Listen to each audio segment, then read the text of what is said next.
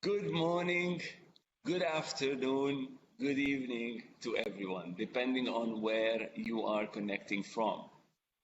So, this is obviously my first time to do a live webcast. I've had a lot of chances before to talk to the public on stage, sometimes in the hundreds or even in the thousands, and in many cases I talk directly to a camera, but this is the first time I have the chance to talk to a camera with a live audience on the other side. Now, given the fact that this session is recorded, then we will not just spend this awkward time waiting for people to join in. I frankly have no idea how many people already joined and how many will end up joining, but we'll just go ahead with it. And I intend to have a lot of fun, and I hope that most of the people have enjoy it and have fun and get benefit from the amazing people we have on this forum here today. My name is Tamer Mustafa, and I am the humble founder and CEO of a 25-year-old startup. And I'm extremely intentional about the use of the word startup, no matter how young we grow. And that's simply because things change every day, every year. And this change actually keeps on accelerating by the year. And currently, it's disrupting everything around us. And as we've seen in the video, some of this disruption is very positive and we like it and we love it and we enjoy it, like technology and other things. But at the same time, this positive disruption is disrupting other businesses that are out there and that are being hindered. And that's why companies need to remain with that startup mentality. They need to remain regenerating and re-innovating from within. Over the past 25 years, I've had to learn a lot from many people. And they taught me a lot of things about how change can help you change your own business and what you need to do about it. And these days in specific, we are facing a crisis like no other. When we talk about COVID-19 and what its impact has had on the global world, the global community, all at once, this is something that no one has seen before. And we're not here to talk about COVID as such. We are mainly here to talk about the business impact, how this global lockdown is impacting businesses, and what we can do about it as business leaders and entrepreneurs. Now, the reason why we're focused on the lockdown as opposed to COVID-19, because we know sooner or later there will be a cure for the disease. Whatever the viruses that came, we always find a way to beat them eventually. But what we need to stop at is the fact that the global community, all the governments around the world, has made a choice to react to this one differently than any previous one, regardless of whether it's more dangerous or less dangerous than others. And in my humble opinion, the reason is more because we are becoming more and more connected online. So currently, the amount of information, unvalidated information, unsanctioned information, rumors, whether they're true facts or not, whether they're claims or assumption, they're being shared. Anyone with a mobile phone is able to share a piece of information, something that otherwise wouldn't have been shared if someone responsible looked at it and said, no, this would create mass panic. And that is, in my humble view, what the world is trying to fight. We are today trying to contain a health issue that is very controllable before it becomes a mass panic security issue that no one is prepared for. And that's why we've never seen before all the kids in the world working from home, people staying at home, offices are shut down, lockdowns, airports, bans on travel. All these things never happened before.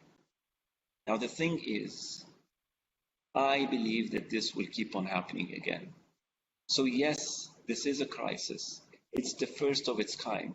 But when we tell our kids about it, we will say it as such. It is the first of its kind, but it's not the last. because lockdowns will happen again, and they will probably happen much more frequently than we think. Now, you've all seen the concept of this forum. We're not here to raise panic. We're not here to be pessimistic. We're here to say the world will keep on beating us, but we will keep the smile. And that's why I came up with 4 types of leaders who will come out of this very crisis. The first one is what I call the casualty. And the casualty is unfortunately too many out there. I've seen them too many times in my career. The casualty is the type of leader who just loves to sympathize with himself, loves to feel sorry, loves to blame things on others, on other things, us, all these kinds of things. And unfortunately, the casualty type of leader will probably not survive this crisis because it's tough. The second type of leader is what I call the wishful survivor. And the wishful survivor is a survivor, is a person who would do anything and everything, would spend all the energy, the money, the time, the resources to survive this crisis, wishing that it never happens again, wishing that this is a one-time off. This person would probably survive this time, but will be too exhausted to face another time. The third type is one who is not naive and would know that such lockdowns will happen, such global consensus on taking extremely aggressive measures that have massive impact on businesses will happen again. And that is the type of leader that I call the mitigator. The mitigator will put backup plans proactively, will make sure his resources or her resources are ready, systems, processes, online capabilities, everything ready to mitigate for those crises that will come eventually. And this is a person who will survive. That's a great type of leader. But the last type of leader, and the main reason why we are all connected here today, is what I call the salamander leader.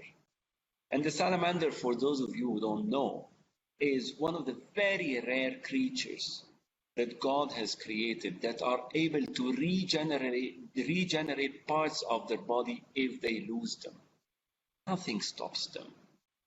And in leadership, these are the people who will not just aim to survive the crisis, aim not to let their business go down, but as a matter of fact, try to find the positives in the negative, try to find the opportunity in the crisis, try to get to a level where they actually, after the end of the crisis, they thank God why this crisis came along, because without it, they wouldn't have discovered that incremental source of business, or they wouldn't have come up with that very creative ideas.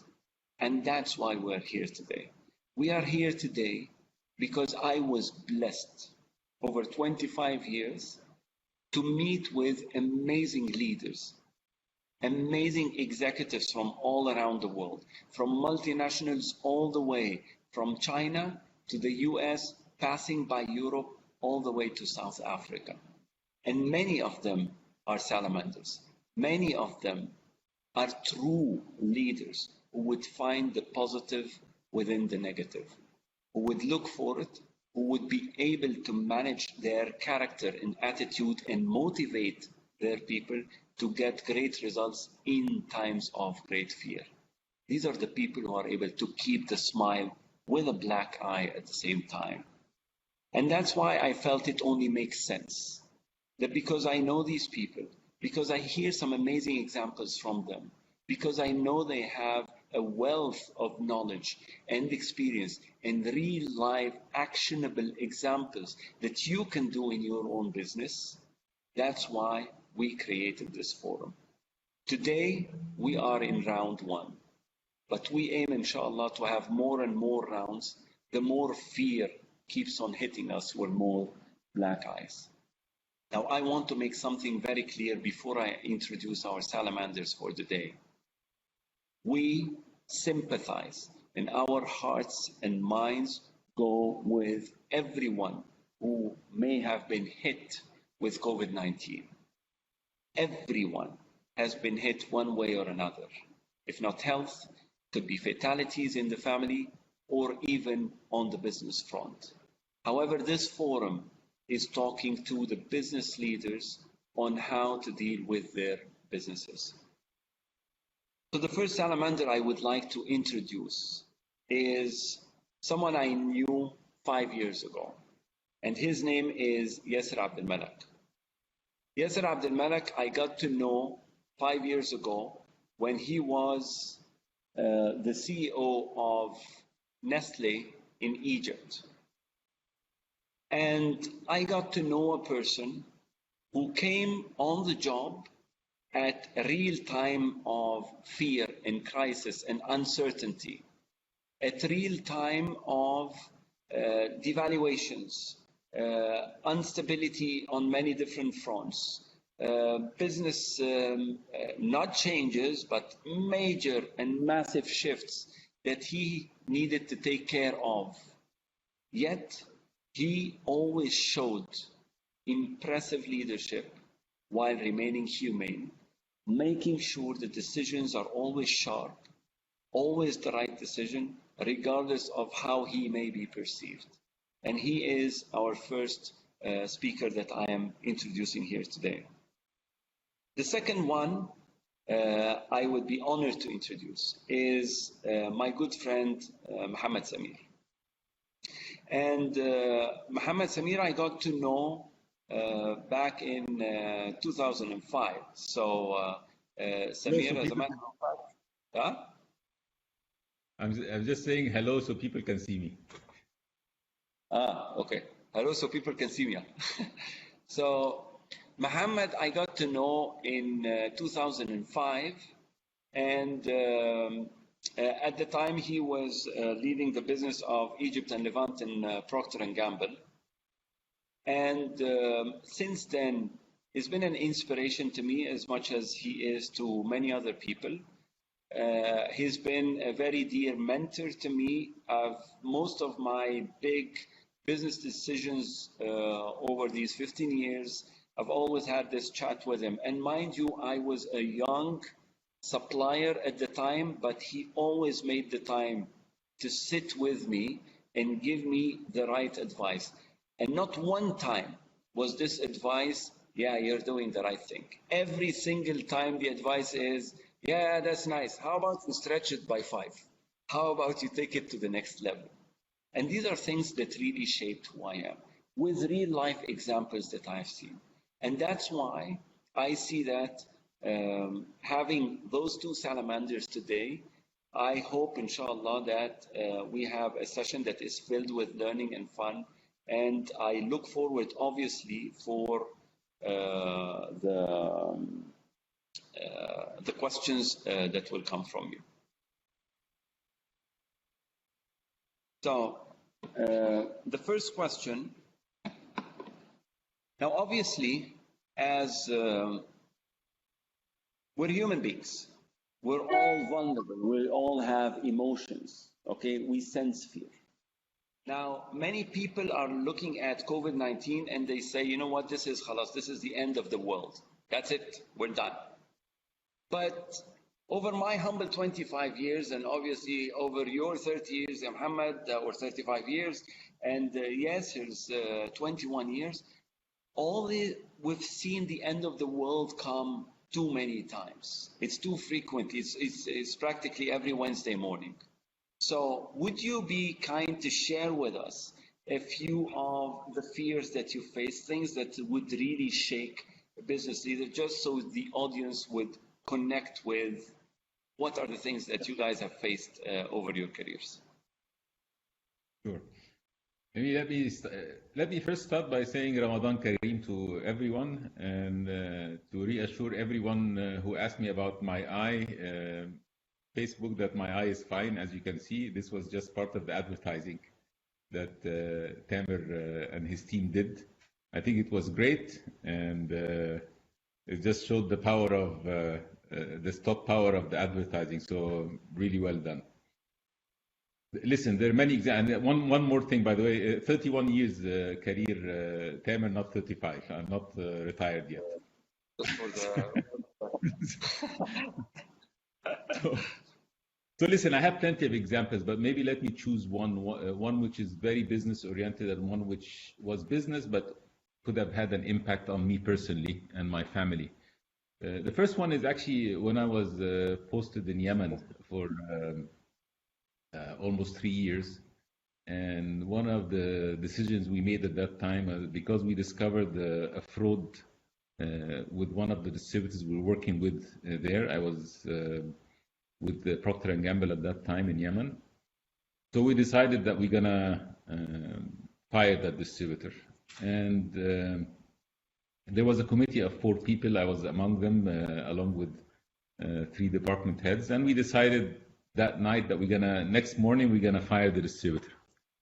So we went back home that night, and 3 of the members were these department heads. Their houses was shot at by AK-47s, by machine guns. And okay. I was with the 3rd one. There was a sales manager. We were at his home with our families, and we got attacked actually by a group of people who threw a hand grenade at the house. Thank God the hand grenade did not explode in the house, it exploded in the garden. But that's the magnitude of how he was willing to go as far to manage the situation.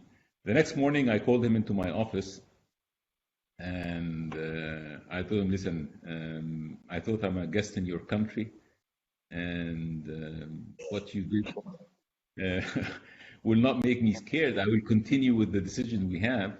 And to my surprise, he started crying in tears, and he told me, from now on, you're under my own protection. This is what my brother is the one who attempted to do all this. So he immediately said what happened, and then we agreed that he will not be our distributor anymore. And I'm sharing you this story because there was a fear on my own life and my family's life.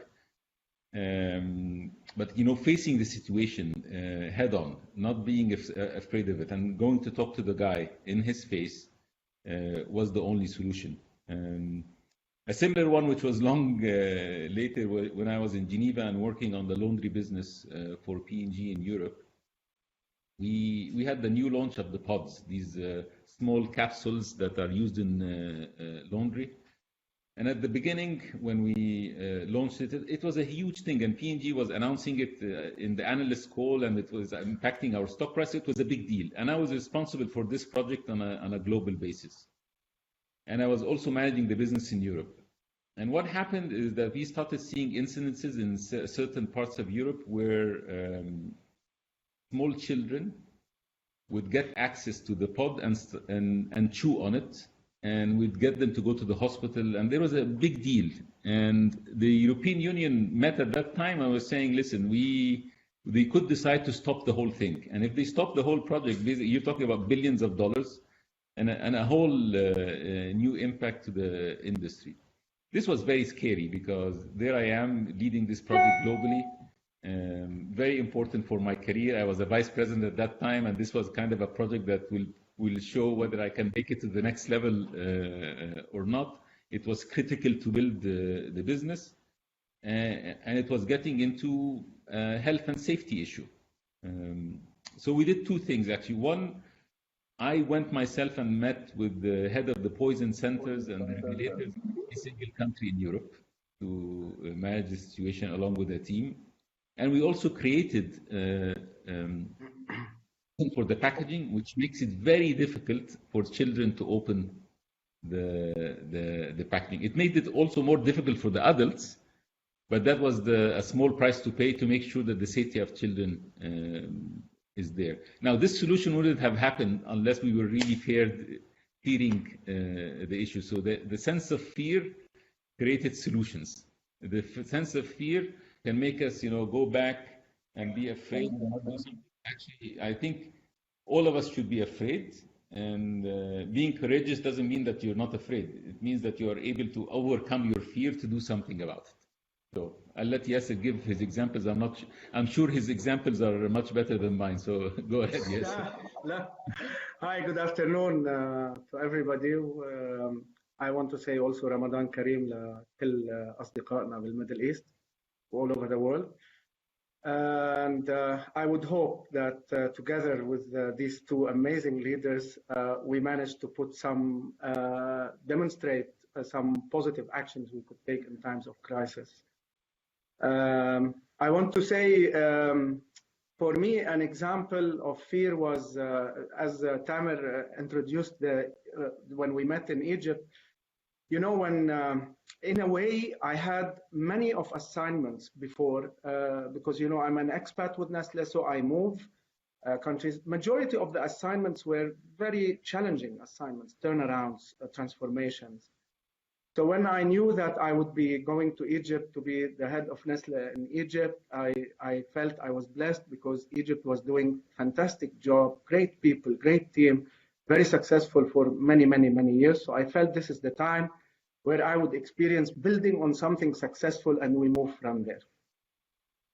A few months only after I arrived, I received a call on a Sunday afternoon from Switzerland and from my boss, who told me that the group, the company, has decided to manage one of the businesses in a different way, which means they wanted to create somehow a joint venture with another company. And that business, which is the ice cream business, was contributing a considerable contribution to Nestle in Egypt, and has been the flagship of success and growth over the many, many, many years. So in a way, this punch was so strong that it's easy to start saying, why is this happening to me? And it was all working well, and all of a sudden this happens. But then immediately you start looking into what are you going to do and what it means in the short term. I'm in a way privileged that I had a great team in Egypt. So we obviously, I shared with them the situation, and we started immediately thinking what this means. Just to put things in context, this business is 2,500 people. And when we talk about moving a business from company X to company Y, that means you have to move the 2,500 people from your payroll, from your papers, from your recruitment into another setup. So the focus was, how do we make this in as smooth as possible for the people, but also to avoid business disruption on the ice cream. And while we were focusing on doing this very successfully, there was something extremely important as we went into the process, is that it's critically important in difficult times, to keep your head a little bit up high, to see beyond.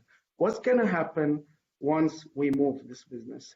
Because once you move this business out, your cost becomes all of a sudden higher. And that means you need to either restructure major, or you have to find a way to compensate. And obviously, we had to do some restructuring, but the vision that we have put at then was that we wanted to double the rest of the business in 2 years. And putting a vision in such a difficult time, showing the organization the light at the end of the tunnel, because you can imagine, and Tamer and Samir, you both know, emotions in Egypt are quite high. And I thought Lebanese are emotional until I went to Egypt. But we had to show the way forward. And in a way, as at the time, while it sounded like it's the end of the world for what was at the time Nestle in Egypt, I'm very happy to say that a few years after and today, ice cream business is doing a fantastic job. And Nestle in Egypt is one of the flagships for Nestle, one of the fastest growing, very, very solid business. And also, we were in a way, we had to accelerate a few other initiatives. So we did an acquisition as well to accelerate our coffee business, which was a blessing and a great welcome to the Nestle family, welcoming the Buongiorno brand into our portfolio. So again, while at the time it sounded like it's a mission impossible, managing the day-to-day crisis and also looking into what needs to be done in the future has helped us to overcome this as a team. I think also, Yasser, that you're a good example that before you stood up from the first black eye, you took another one to the face with devaluation coming just a few weeks later. so now most of your business is out, and then the devaluation comes, taking your business, even the remainder of your business down. So these are really scary stuff, and so that's the idea. Is I just want everyone to understand that fear is there. We're human beings, and it happens. So it's not something that we should not feel. It happens. And with Mohamed also, I know, Mohamed, that you went through the war in Beirut. So you faced fear for your organization. You faced fear for your business with pods. You faced fear for your own safety when it comes to the grenade and I like the fact that the distributor just admitted by after the first hug, he just that was my brother, by the way, and he sold out his brother. So that's a good guy. So I think the question that comes to mind is how do you then deal with fear? So we just established that fear is there. It's okay. So what character, what habits, what do you tell yourself? I remember when I was at the beginning of the business, I was always so scared when we go and pitch any idea, or I sit in a meeting and stuff like that. And then I use a very simple thing that I tell my people up until now. What is the worst that can happen? So I did my homework and I'm there. What is the worst that can ever happen? Would this client ever stand up and hit me? I don't think this will ever happen. So the worst thing is he would just simply tell me, you know what, you've done a good job, but that's not just it. We can change this or that. Then I will learn. So what are the habits or characters that you both do to deal with that fear? Maybe if you allow me, Samir, to start, I would say in my experience, one of the most important first things you do is accept that you are in a challenge. Accept that there is something that is out of your control that is happening, and you need to manage the situation from there on. In many cases, we tend to take time to accept. We go through the normal stages. We are human beings. In the beginning, we are scared. In the second phase, maybe we are in denial. So in a way, you need to accept that this is happening and start thinking what you need to do. That's immediate first step. If you do that, if you manage to do that, that's almost 50% of the solution. Second thing is, whenever I'm hit with very bad news or very difficult situations, I try to think in the moment of something positive thought. And because in a way, we have to also manage the brain. Because if you keep the fear, it will cloud your thinking. You will not be able to think clear. Your adrenaline would be high. I love adrenaline, don't misunderstand me, but adrenaline and fear is a different level of adrenaline. So in a way, you need to also try to step back, disconnect from the issue, think about something positive. It could be something you laughed about. It could be you look at a tree. It could be you think of your children, you think of your loved ones. So that was also very important. The third element is to listen. Listen, engage, discuss with your team. You are surrounded. I was lucky when I gave the example of Egypt, I was surrounded with amazing professionals, amazing people, a great team. So you have to listen. You have to sit and listen. You are not supposed to be Superman. Even if you're the head of the organization, you're not supposed to have all the answers. So you have to listen and start basing your actions based on your conclusion, but also on what you have listened. There's a lot to leverage, whether it's internally, whether it's externally. Every one of us also have, as you have the mentor with Samir, everyone has a mentor, has a friend, so you can always cross-check this. So one, accept fast, to think of something positive, to train your brain to move into a positive area, and the third one is to listen, to help yourself focus and do the right things in difficult times. Yeah, I think also it's very important to balance this acceptance with at the same time challenging its outcomes. So yes, I accept that this is a fact I cannot change, but then how do I influence that? So how do I focus, as you said, put all your positive energy somewhere to focus on influencing its outcome? Absolutely, absolutely, 100%. Ahmed, I know you have some amazing tricks under your sleeve as to how to deal with the many fears. I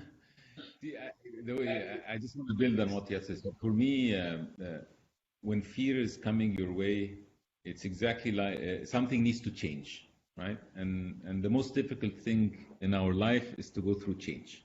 You know, there is the quote which always comes, which is "Change is good, you go first." Change everything, but would you change yourself? No, not really. Okay, let's start with someone else. So for me, you know, this cycle of change. So there's the fantastic work of Procter on the change model and what you need to do and so on. There's also the work of William Myers and what you go through, you know, the denial and then anger and then, I don't know, depression. And then what I trained myself over the years is this cycle I do in 20 minutes, right? Angry, why me, depression, all this in 20 minutes. And it could include a walk to get it out of the way. And why do I do it in 20 minutes? Because when you're in a position of responsibility, you need to give someone to people that they can trust, someone they can look up to. And if they see you in fear, if they see you hesitating, if they see you not able to move, then there will be bigger issues. And the one other thing you need to do at this time is to bring up all your creative juices. And there's another saying here also, which is the lack of alternatives focuses the mind. You know that you need to find a solution, so you keep on looking for a solution. And you dig deep into the basics of doing business and the basics of your values and beliefs. If it's a people-related issue, you dig deep in your values. If it's a business-related issue, dig deep into the fundamentals of how business is done. Right? Usually it's in the fundamentals, not beyond that. And I like a lot what Yasser said. I like the idea of thinking positively. I think this is it. And but the most important thing is to be able to cope with the change, is to have a mechanism for yourself, train yourself. And it's different for different people. Some people is about thinking positive, like Yasser. Another is taking a walk and going through the whole cycle.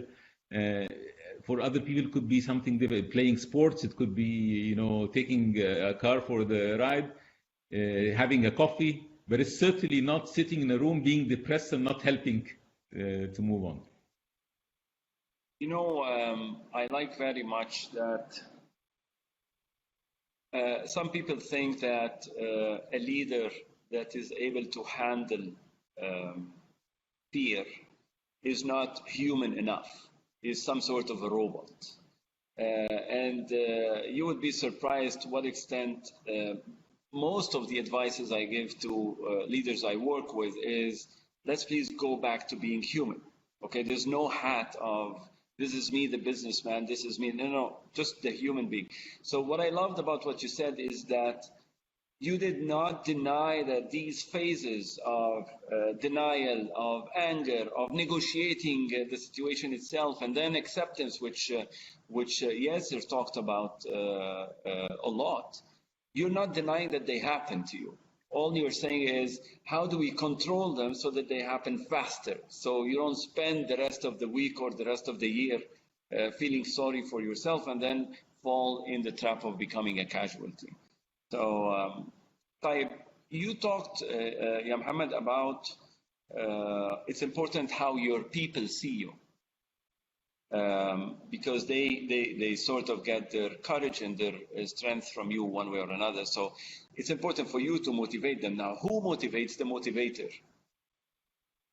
The excellent question. I tell you, my number one motivator is my mother, because my mother sees nothing wrong in me, right? Whatever I do. Okay.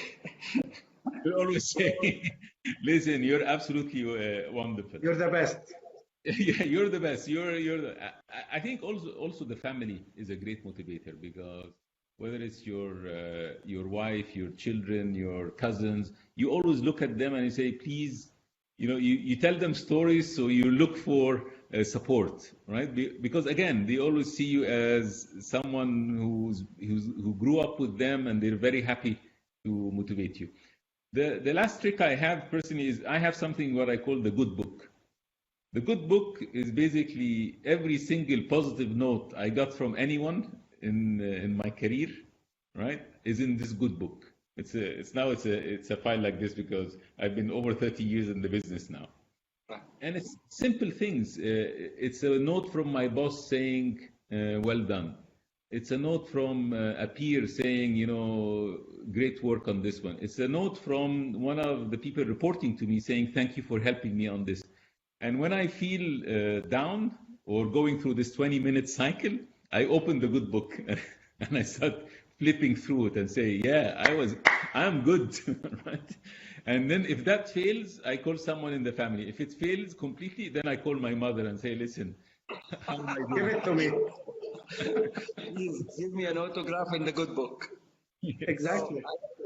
I love the idea of going back to family. Obviously, family is very important in that. To me personally, my wife sort of gives me that emotional balance.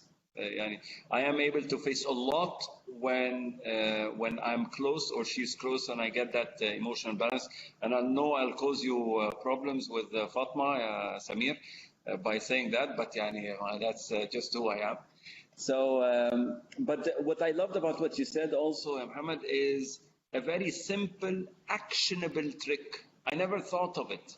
And I have a few like thank you letters and rewards and stuff like that, awards that are on the walls of the different offices, but I never thought of gathering everything good somewhere and actually going back to it. It's a beautiful and simple, actionable idea that I think many could take moving forward. Do you have any good books? We're going to have this book from Samir now. We're going to discuss this following the webcast. What does it take to get this book? We can just copy it. I'm sure he's got many good stuff. So we just copy it and keep reading in it. Khalas. And I just want to add to what you guys both said. Naturally, the leadership positions are quite lonely. We know that. So you need to have a great team around you.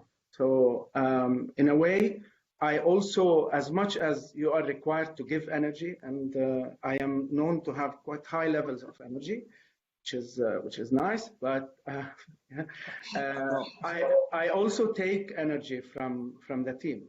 If you have a great team around you, like I was privileged to have when I was in Egypt, that also helps. And when you define how you want to be following the challenge that you are living, by itself, it's also motivating, because what you discover is that, in fact, you are doing things that you would not have done should this issue have not happened, which you always talk about, Tamer. So that's also by itself is self-motivating.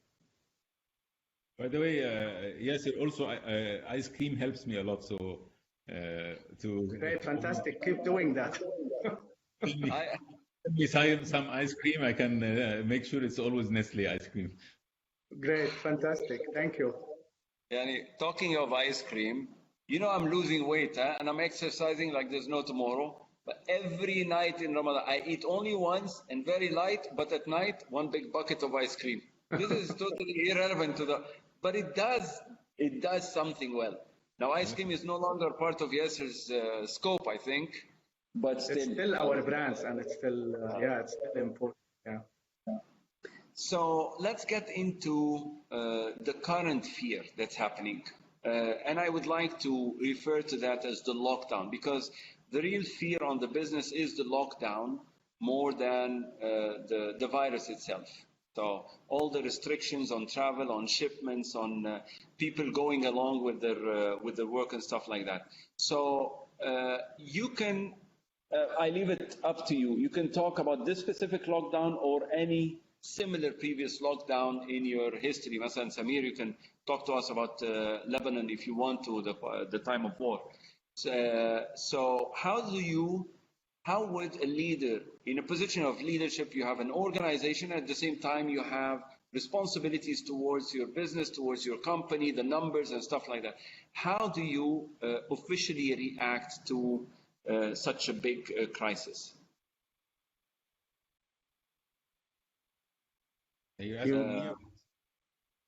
And you can choose. Let's go with Yasser. And here I have to talk about what we have done in this situation as a company.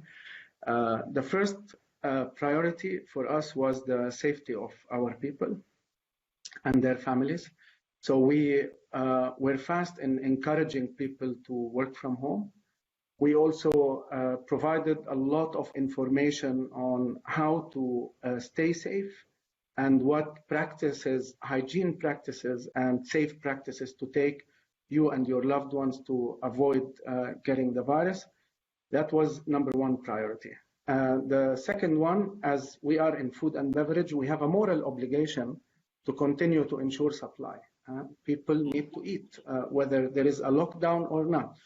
So this was quite a challenge, as you can imagine, because you had some absenteeism, you have people concerned, you have what have you. So we had to make some decisions to make sure that we ensure availability of our products. And I just want to highlight the courageous effort done by all frontliners, be it the Nestle frontliners or others in other companies. Honestly, it is commendable.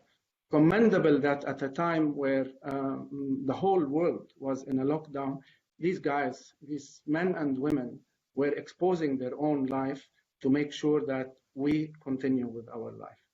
So they have done a fantastic job, and I think until today, if you look into the most important segments within Nestle or outside, availability has been achieved.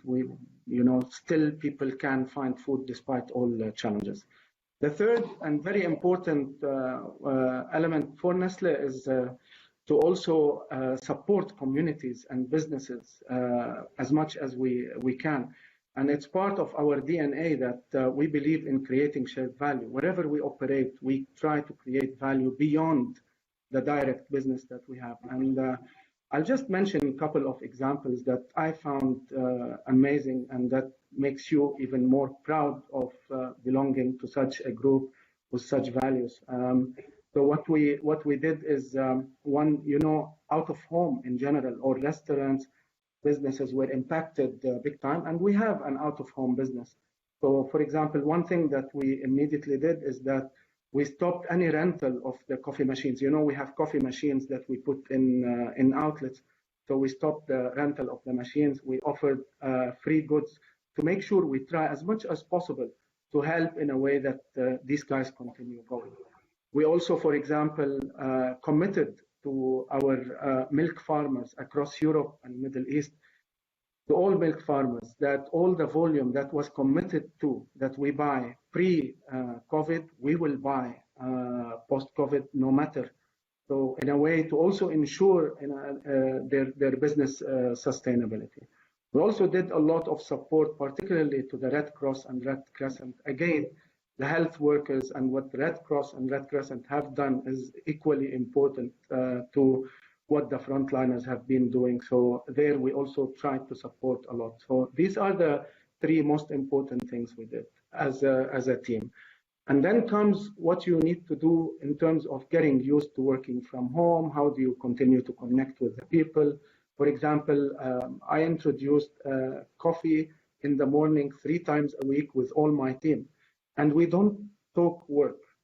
We talk about the weather, we talk about what we're doing, we talk about how we're adapting, we talk about how we're supporting and cleaning the house, how we're cooking, how we're managing between this.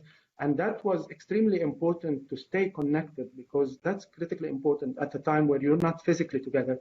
And I have to say, nothing beats the physical presence of people together. We are managing, but it's always better to be physically with people. But we try to minimize the distance, if you want. So despite the fact that physically we were not together, we felt throughout this that our distance was not far away from each other. And what was amazing, Tamer, during this period is that you feel the solidarity above any other level, because there was compassion, because people were concerned about each other. So we were calling each other, are you okay? Are you safe? Is your family safe? So that was, in a way, also a humbling experience. I love the coffee in the morning idea so much that once they released a bit the lockdown in Dubai, first thing I did is I went down to Starbucks, I ordered my favorite coffee. I wanted this coffee in the morning, and then the lady gave it to me in a bag. I go like, why do you have it in a bag? And she says, because it's Ramadan, sir. And I go, hell, we were so much into our bubble that the moment they opened up, I felt that everything is okay now. We can get coffee and do everything. But what I love about what you said, Yasser, is there's an obvious, not compromise, but an obvious balance between the good for the people, their safety, the good for the business to drive the numbers, the good for the consumer, the reassuring the supply, and even the community. So it's it's very humane, as in who are all the stakeholders involved, and let's make sure that they all win at the same time. Absolutely, absolutely, and that's a major part of our DNA in the company, as you know. Yeah. Hamad, do you want to have coffee now? Yeah. Nescafe, مش coffee. مش أي coffee. I didn't say you know Starbucks home, صح? Yeah. Nestle. I'm a huge Nespresso consumer, by the way. Fantastic. So I hope you're using. I'll send you a list of the brands we work on now, so to make sure that you're using as much. I'm using Nestle, Yasser, but okay. خلاص وعد. Now listen, I think for this crisis and any crisis, I'm going to start with a short story. I was invited to talk about leading in a leadership in a crisis a few years back. And I read a few things about, and one of the things that struck me at that time, it was saying, at the time of a crisis, stay close to your people, right? When you say that, this means that at the time of no crisis, stay far away from them. So actually, the crisis teaches us also certain habits that we should have all the time, right? And I think, there's the normal stuff that we all hear about: people safety first, cash is king, take care of your people. I think it's a true test of whether the values that you hang on the wall, whatever company you work in, are they really being implemented or not implemented, right? And I tell you, I'll give you a couple of one from my current job, where we are working. In AlYasra, we have 3 divisions. We have the food service division, we have the food retail distribution division, and we have also a fashion retail division. The fashion retail, you can imagine, is almost in hibernation right now. It's going to come back, but it's in hibernation. But food service and retail is really, okay, there's some business there, and people need to really go to work and make things happen. These frontliners that Yasser is talking about. So, okay, so people safety is people. Okay, so if everyone is at home, you should send your sales people and your warehouse people also home. Yeah, but we need them there. It's a tough choice. So then you go and say, okay, how can I increase the level of safety for them? So we went as far, not only the mask, but we got them the best mask, but then you put this plastic thing on their face, then you get them gowns, then you get them gloves. But at the end of the day, it's a very hard choice that you need to make, because these people need to continue going to the market. The only thing you can do is to say, listen, if you can offer to say, if you really cannot go anymore, talk to us. If you're really scared that much, talk to us. But some of them have to go. The other thing that people confuse a bit, and I've seen a few debates going on, is about, in a time of a crisis, do you let go of people? Well, again, if it's for the greater good of the business you're managing or the company you're managing, I'm not saying just do it for the sake of doing it. You will treat everyone with respect, but if you have to do that for the greater good, are you better off, let's say you have 100 people working in your company, are you better off letting go of the full 100 because you're bankrupt, or letting go of 20 and keeping 80 to survive with you? These are very tough choices that people sometimes confuse with saying, but you cannot let go of people right now, it's unfair. Yeah, yes. But you know what? For even someone who will lose their job right now, I tell you, this is a golden opportunity to find, to be an entrepreneur and find opportunities to do something new, right? The number of things that are coming up right now, you can even just go to your neighbors and say, if you cannot get things from the supermarket, I'm going to buy it for you and deliver it for you. I'm going to take a fee. That's a very simple job that you can do tomorrow if you're stuck. Right? And there are many other examples that we can get into. But what I'm trying to say is that there is the people piece, and there is the being human and everything, but it doesn't mean that you're going to sink the whole ship because you want to be human. Sure. Right? I personally believe when companies, there's this sexy notion of the company is like a family. And I always say a family can be a functioning family. A family does not mean we're burdening each other. We can be a successful family where everyone is adding value to that family. So on the other hand, especially when it comes to the letting go of people and stuff like that, when it comes to multinationals and so on and so forth, it always happens in a good fashion, decent fashion. People are well taken care of while this is happening, and they will well groomed, and hopefully, inshallah, they find better opportunities. As you said, this should be a crisis to them. This should be a blow to their face in a way.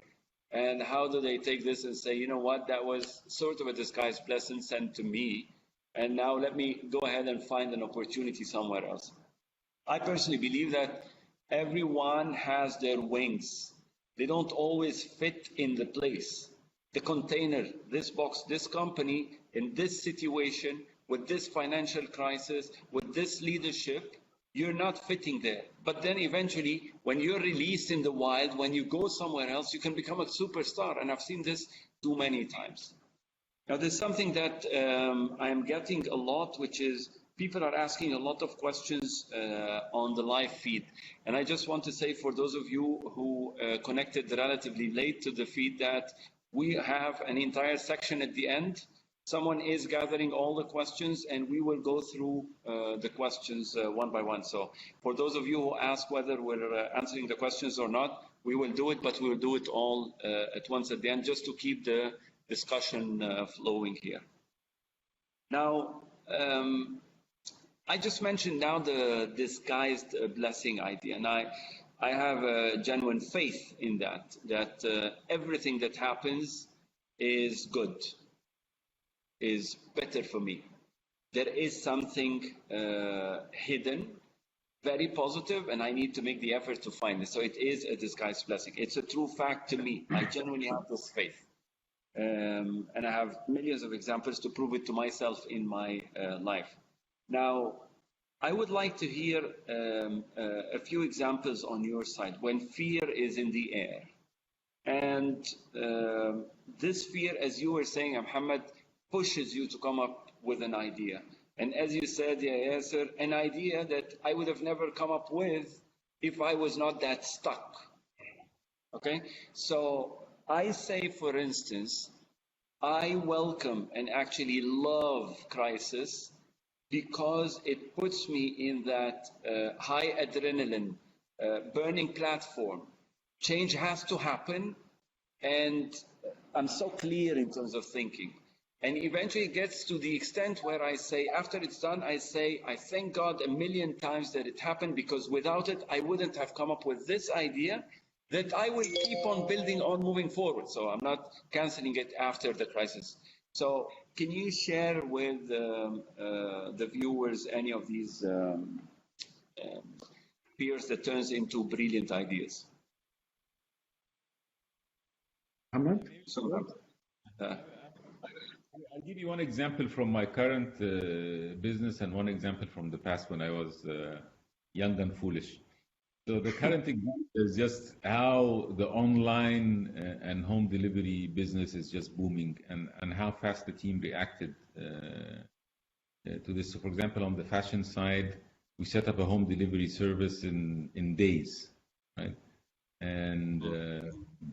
And we got our salespeople to do the delivery using even their own cars, and everyone is volunteering. We had even one of a lawyer working in our company from the legal department to help one day and just say, okay, I have some free time, give me deliveries to do right now. So this spirit and this focus on action has been amazing, and saved so much time. You probably heard this multiple choice about, what pushed your company into more digitization and online and so on. And there are multiple choices. Is it the CEO? Is it your CIO? Or is it COVID-19? And the answer is, in our company, it's the CEO, but everywhere else it's COVID-19 that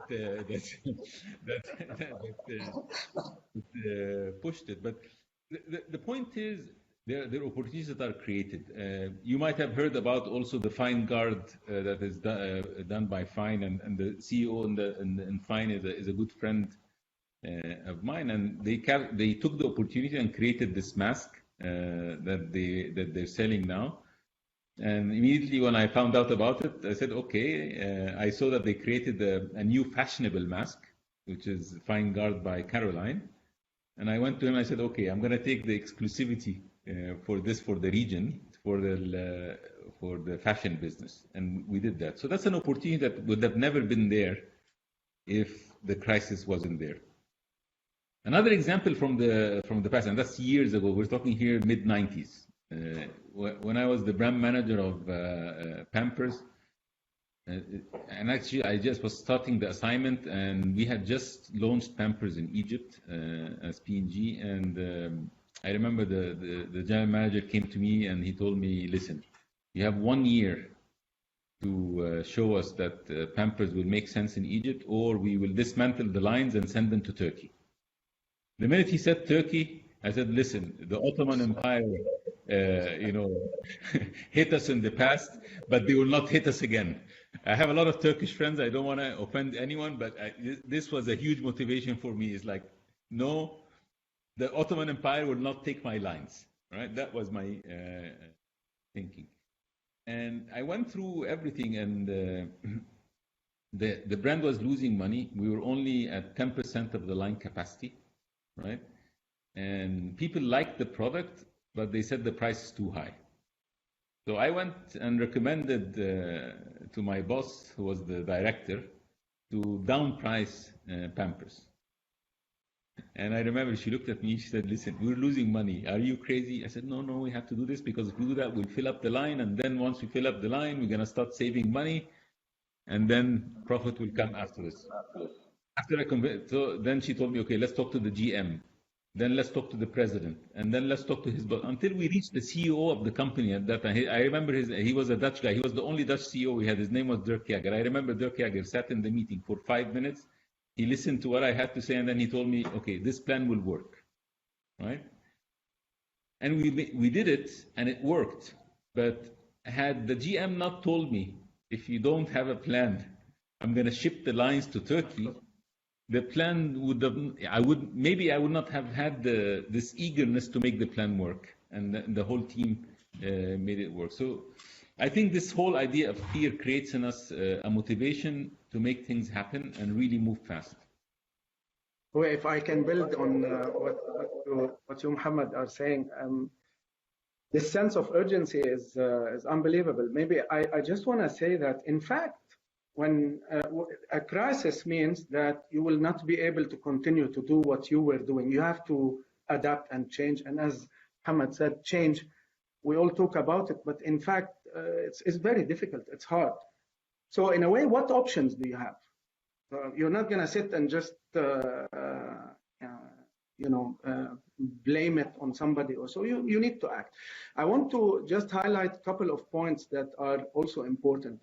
In a way, what happens in difficult times is immediately bureaucracy decreases, and immediately you become so agile that, in fact, even in such negative, difficult times we're living today, when I'm looking at what we are doing as a business and as a team, I wonder, why is it that when we are not in a difficult time that we have to accept to go back to normal?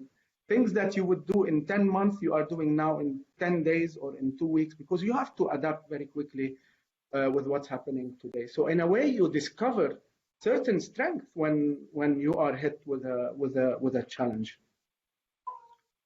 It's an amazing experience. I think that a crisis and fear, again, we talk about fear, and people define certain words that we take for granted with very different definitions. So I went through this exercise like 20 years ago when someone told us, please write in just one word. How would you define love? How would you define pride? How would you define fear? And everyone had a totally different perspective of things. So the thing is, my good friend Osman Sultan, he always says that virtue is always at the center of two extremes. And I genuinely believe in that, deeply believe in that. So when we talk about this fear or that burning platform to change, you can deal with it with the two extremes. One extreme that people take as a very default, expected way to deal with fear, and that is panic. And panic is bad because it gets your mind to freeze. You cannot make decisions. But the other extreme could be complacency. And unfortunately, in such time, many people and many countries actually choose to do this vis-a-vis the fear, as if it will solve itself, will not do nothing. So the two extremes are bad. And what you both said is what I say is at the sweet spot in between, which is towards panic, but just before it gets you to freeze, there's sense of urgency. And towards complacency, and before it gets you to freeze, there is the calmness or the cool blood. So if you keep your cool blood, like Mohamed said some time ago, take your 20 minutes and then come back a new person. You have your cool blood, but does not mean complacency, because you still have the sense of urgency. To me, actually, go ahead. One of my bosses actually told me something about this, a very nice expression about this, which is, and especially in a time of crisis, keep a cool head, warm heart, busy hands. And what hands? Busy hands. Busy hands. You need to keep your humanity, right? And you need to stay calm. If you think about it, it actually summarizes what you're saying and what Yasser and I mentioned in our examples before. Yeah, absolutely. Yeah. I want to build on Tamer and Mohamed on something. In fact, and this is not my creation, but what I really appreciate is that I push myself, if you want, and my team to be concerned when things are doing great. Because the complacency part that you talk about, in fact, success brings complacency. So when you are doing great, that is the time to start thinking that what do I need to do next so that I continue to do great? Whether it is a launch you did and it's successful, it's going to be copied. Whether you have nothing lasts if you don't continuously think about how you want to continuously improve. And this is what, if you want, is referred to positive paranoia. So in a way, you need to continue to keep on your toes, keep yourself in your toes. And that's when I say it's important to continue to have butterflies in your stomach. If you don't have them, that means you're not changing enough. Because in principle, nobody likes change, but we all know we cannot live without change, and we will not be successful tomorrow based on yesterday's recipe. So that's critically important that you trigger this type of what we're talking about today that comes naturally in a crisis, not necessarily to create a crisis, but to create this positive paranoia way of thinking so that you continue to be prepared. You know, Yasser, you told me something a while back that I love so much.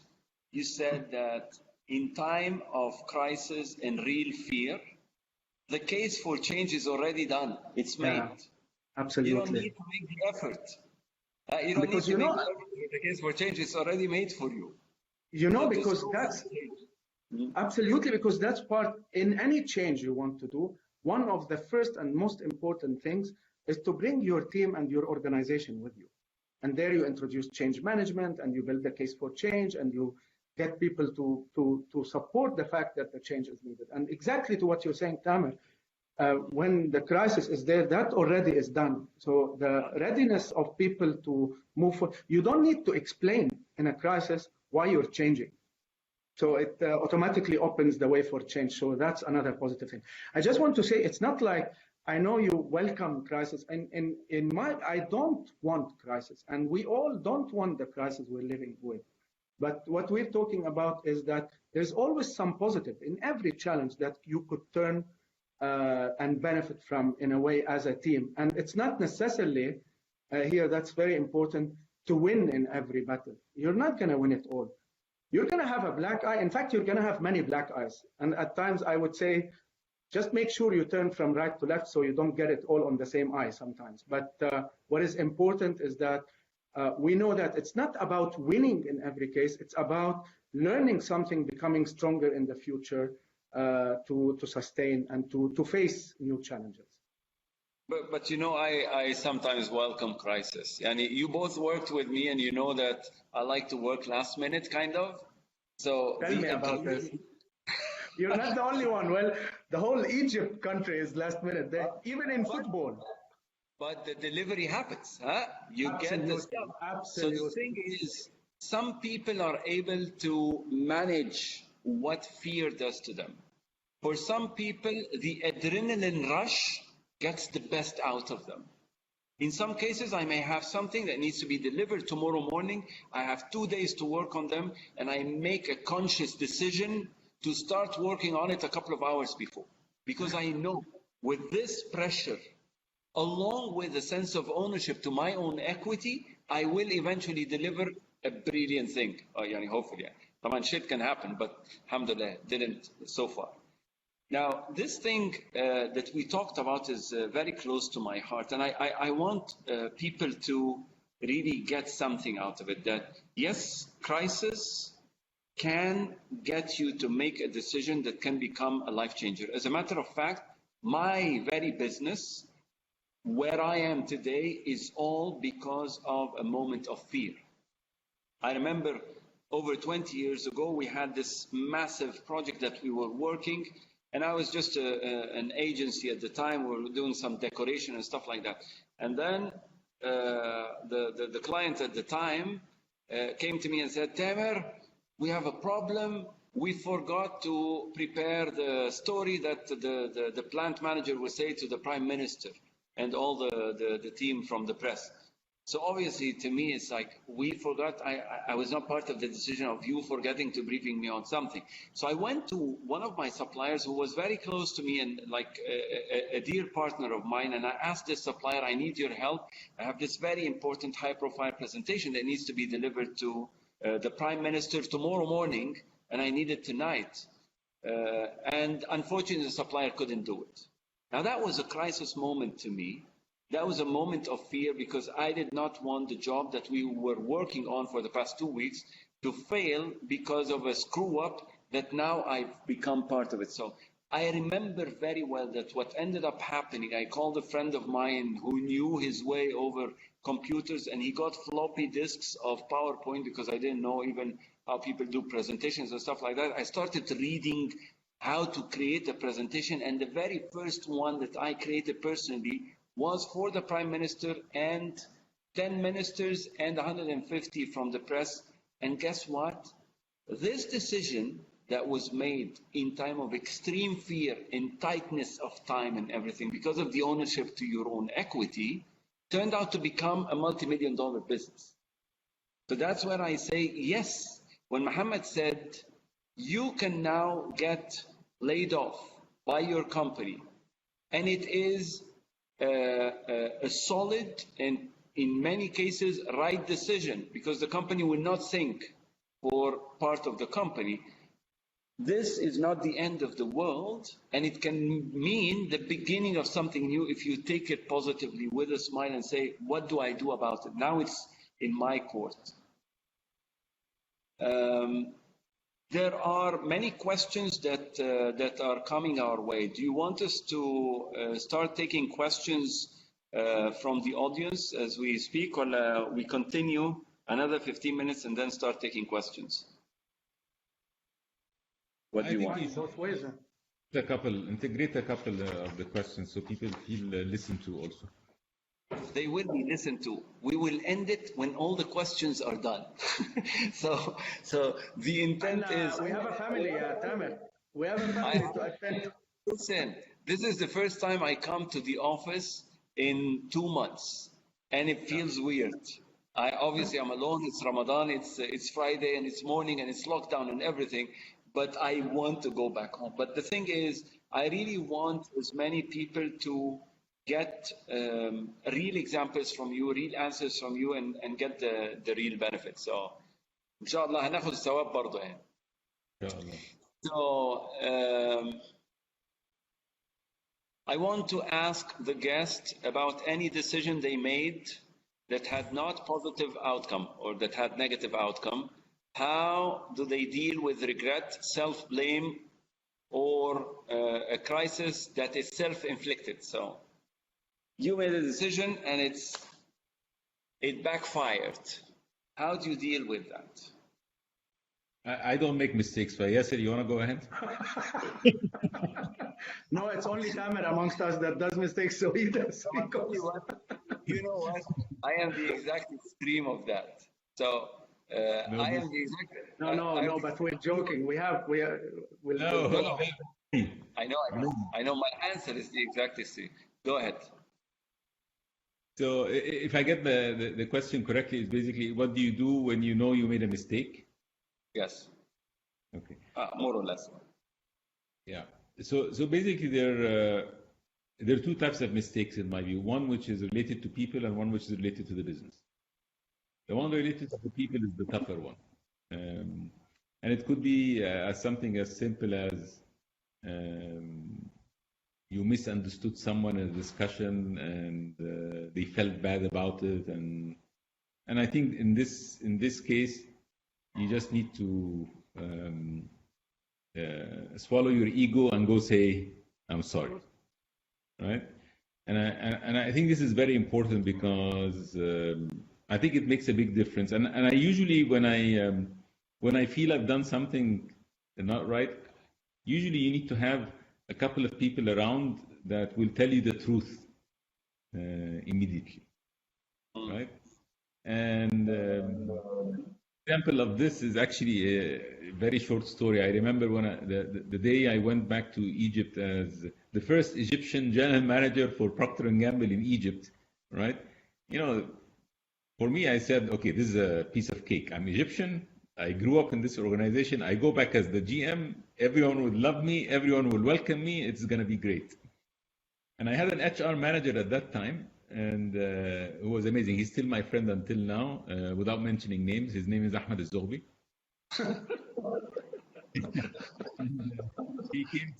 He came to me at that time, and he told me, listen, I wanted to share with you something. I said, well, go ahead. He said, everyone from the people here thinks you are snobbish, too snobbish. I told him I don't understand what snobbish means. I'm very humble. He said, no, in Arabic, شايفينك تنك. You know, I don't know if you will understand تنك Yasser, but it's basically شايف. أنا عشت 3 سنين. I know quite a lot. So I told him, wow, you know, you're telling me in my face. He said, yeah, someone needs to tell you the truth. And so I said, okay. So what I used to do, I used to go around the office 2 times a day and just see what people are doing and so on. It usually took me about 10 minutes every time. 1 week later, he came to me, he said, everyone loves you, what did you do? I said, I just increased my tour of the office to 30 minutes every time instead of 10. And I don't go directly to talk business. I start by talking about other things, the family and so on. To your point, Yasser, at the very beginning, the emotions, right? People wanted someone that would connect with them. And I felt because I'm Egyptian and they're Egyptian, we're connected already. I said, no, they need a connection. And so having someone to tell you where you made a mistake is very important. And then on the business side, you need to just bear the consequences. Just to build on the Pampers story I told you, I remember the president of the region at that time told me, if the Pampers plan that you are presenting does not work, are you willing to resign from the company? And I said, yes. Yeah. Right? And that's very important. So on business, you bear the responsibility. On people, you say, I'm sorry. Right? That's my summary. Yeah, I cannot agree more. I think, if you think about it, because we talk about, or it's almost a cliche that it's okay to make mistakes and we all learn from it. And then you realize that when you look around you, people are scared to make mistakes.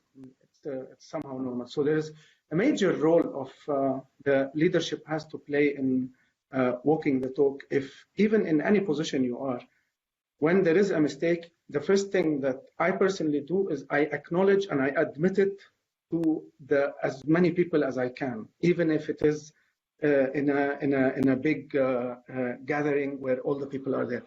And in my experience, even when I was much more junior and evolving with my career, the minute you acknowledge, you come in and say, look, I made a mistake, this is the mistake, already you moved the whole discussion into what we do rather than you try to find your way out of it. So in a way, I want to maybe, as we're talking about the black eye, when you see the punch coming, take it.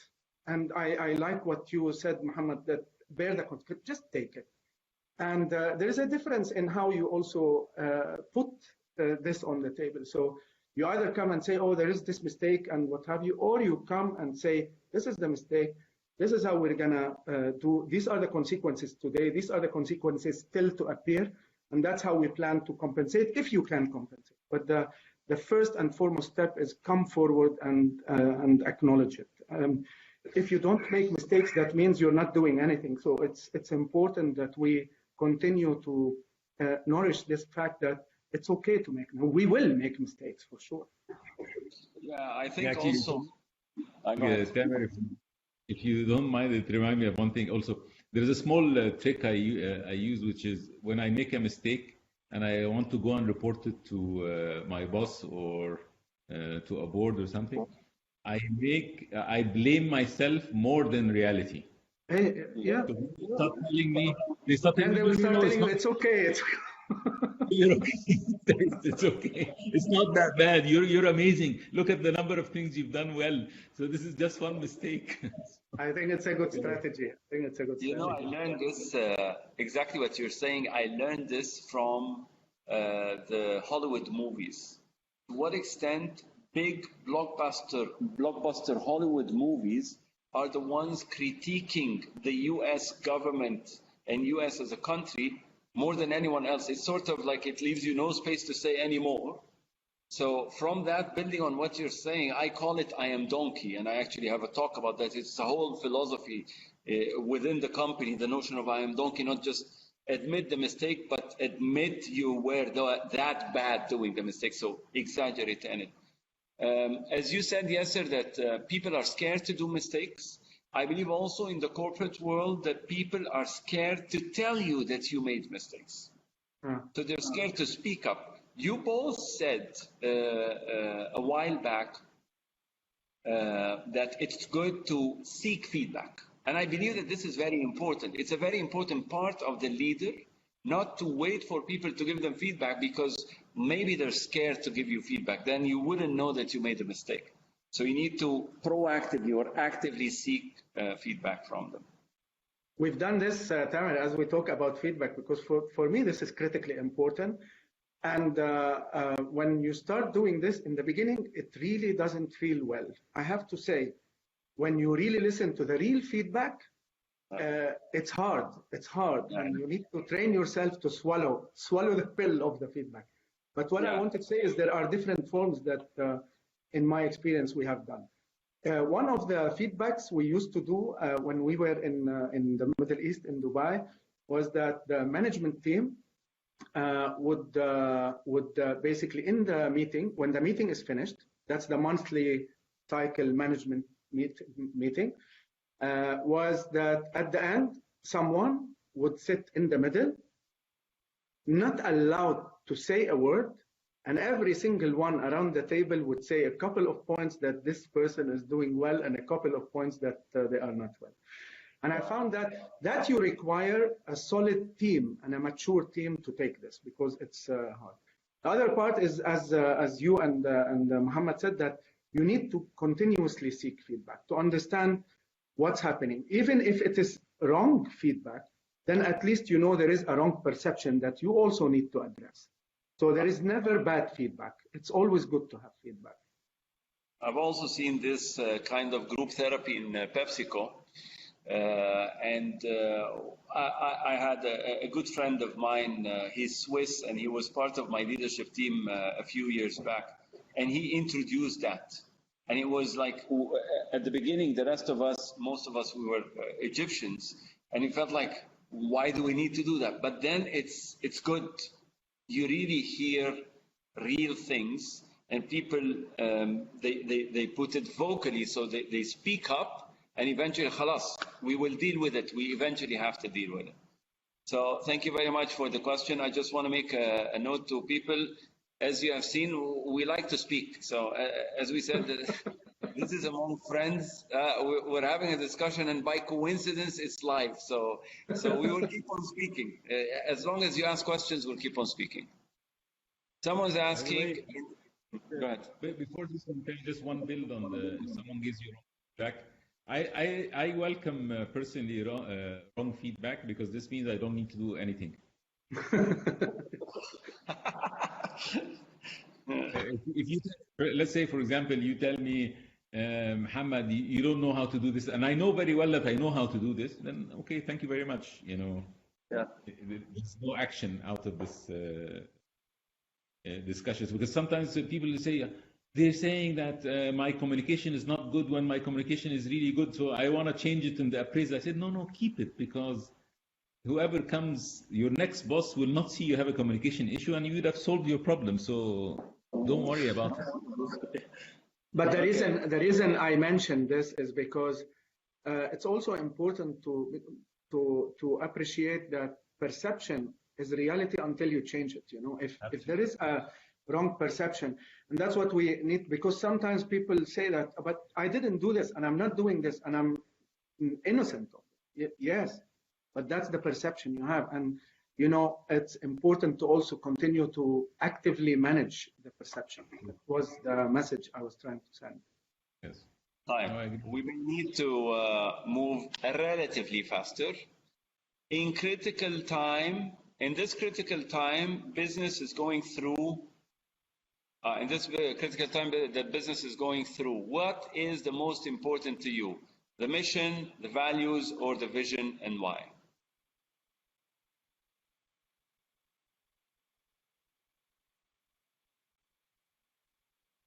Do you want me? For me, go ahead. Sorry. No, for me, mission, vision, and they are equally important. But if I have to choose one, is the values. And you know, if I want to talk about the values, it's extremely important also that you have harmony between your own personal values and with that of the company values. And if really there is this harmony, then it becomes natural. You don't need to act. You don't need to put so much effort to continue to lead with these values. When I talk about values in Nestle, we have to simplify. The values are all rooted about trust. Trust that is trust to yourself, but trust from others or to others, and also to the community. So if we live this, the fact that we build on the trust with each other as colleagues, with the communities we operate in, and all this rooted around trust, I think we will be already doing a great job.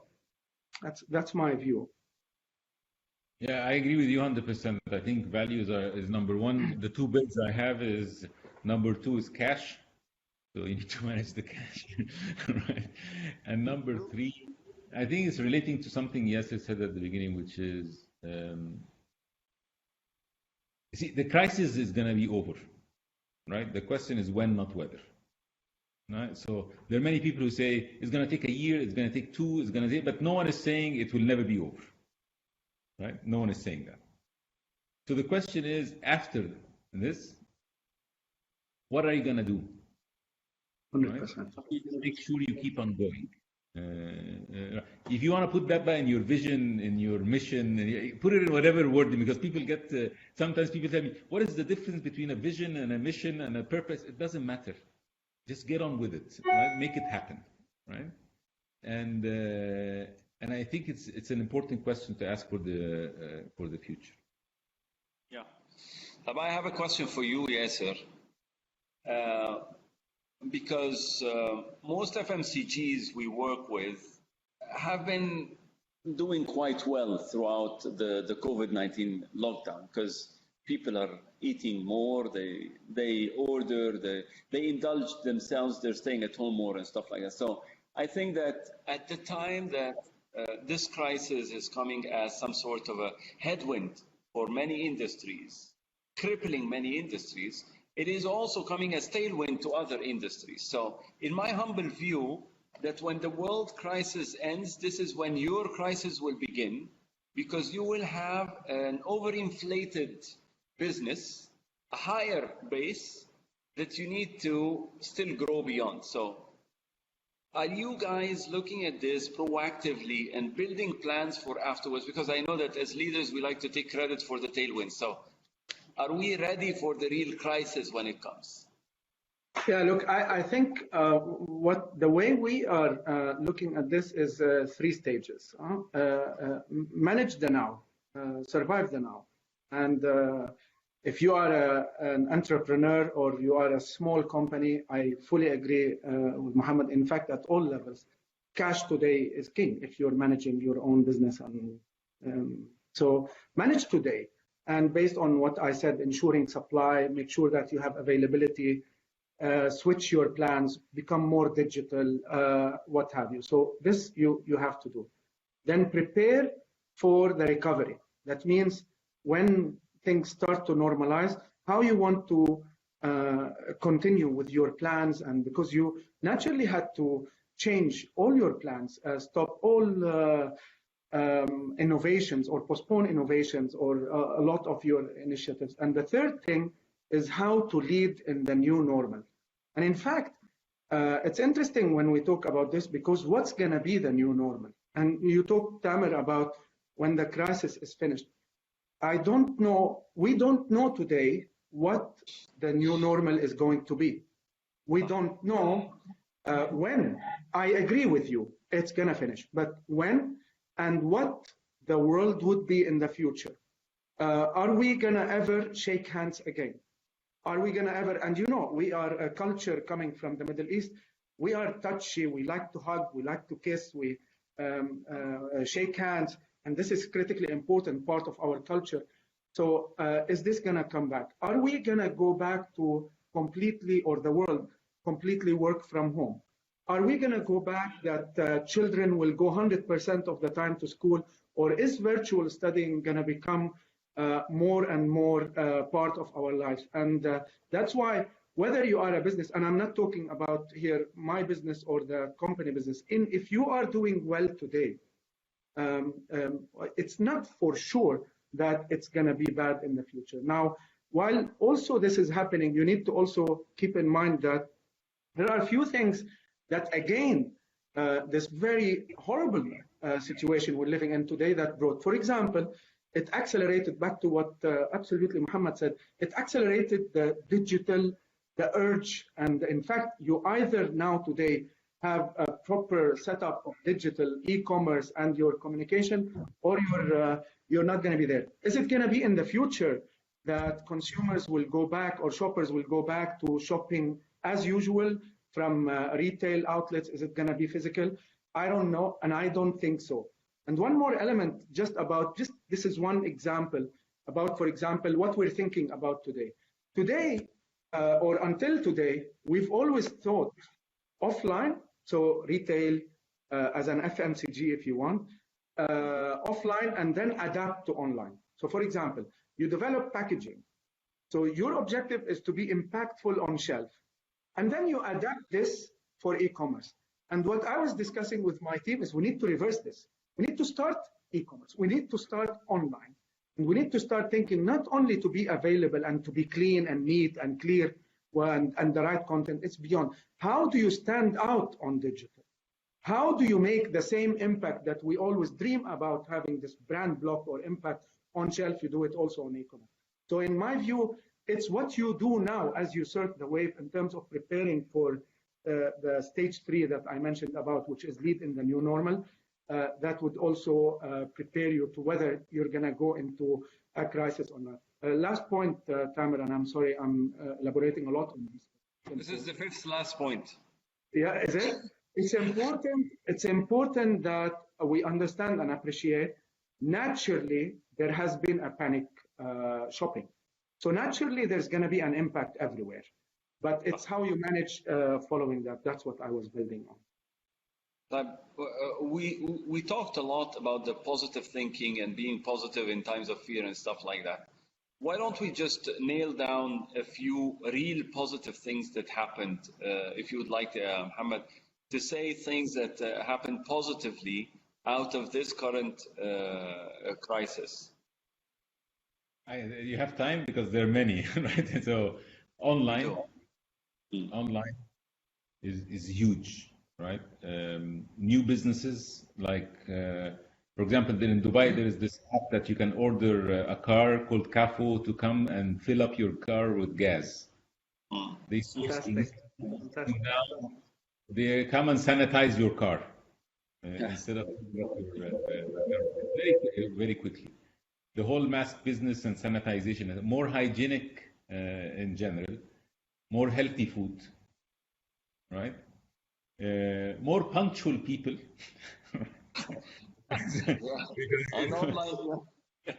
More online is much more punctual and much more productive and shorter because people don't want to spend too much time online, so they want to finish fast. Time with the family, so bringing back the family values. You can have lunch and dinner with your family. You can have breakfast with your family.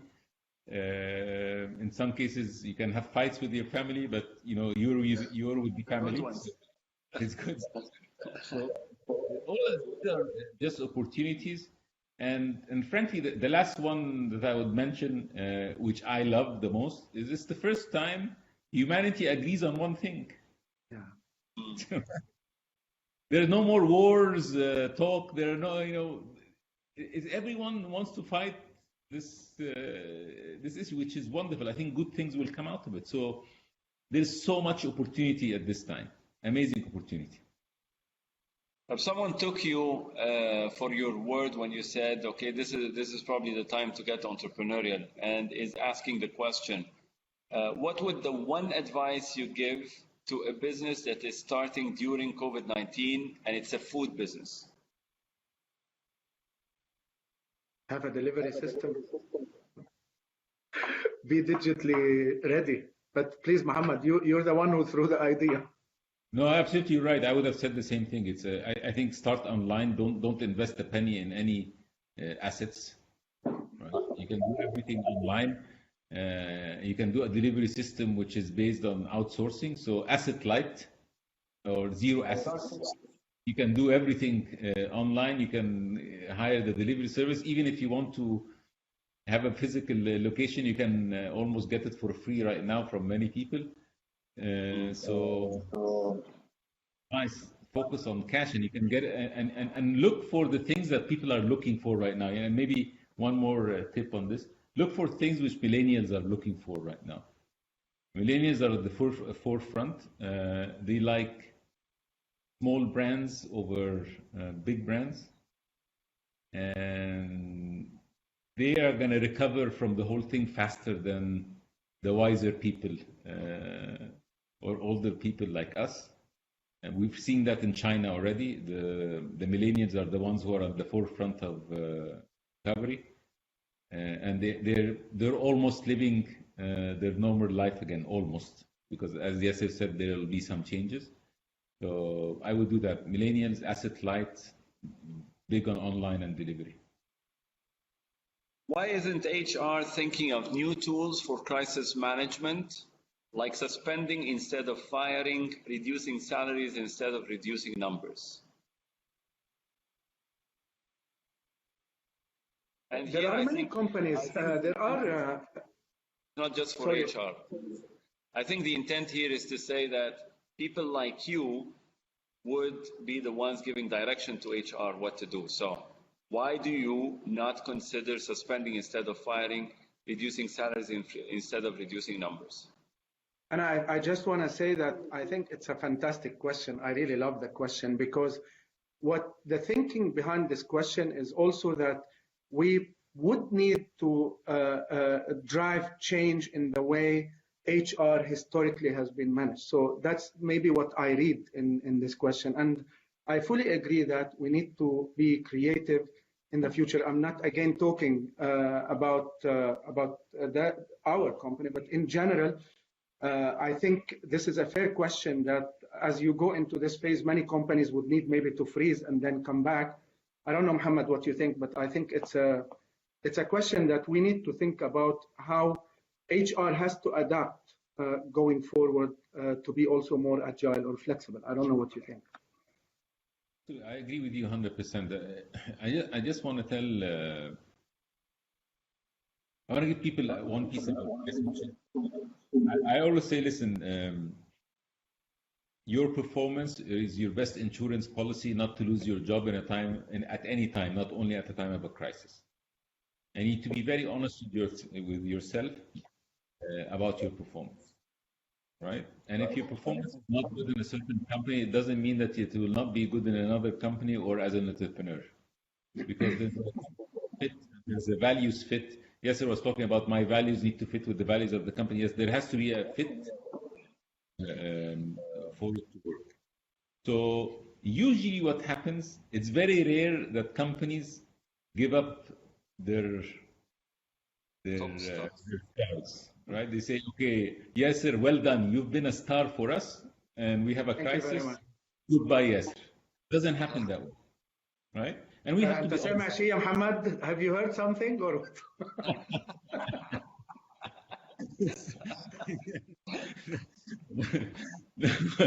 So I'm saying, so we have to be honest with ourselves on this. Having said that, yes, you could be doing a good job and you're still being laid off.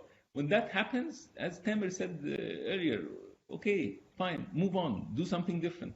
The opportunities are amazing. Look for other companies. There's so many companies that will be set up right now. There are companies that are growing right now so fast that they will want people. So the last thing I'm going to say about this is, in these type of crisis, don't think macro, think micro. Because if you think macro, you will think that the whole world is falling on your head. Think about yourself. What can I do to make my life? So then you can help your family and your friends and your community. But you need to start with yourself, because otherwise you cannot help others. In terms of changing HR policy, yes. So yes, let's come up with the ideas. But if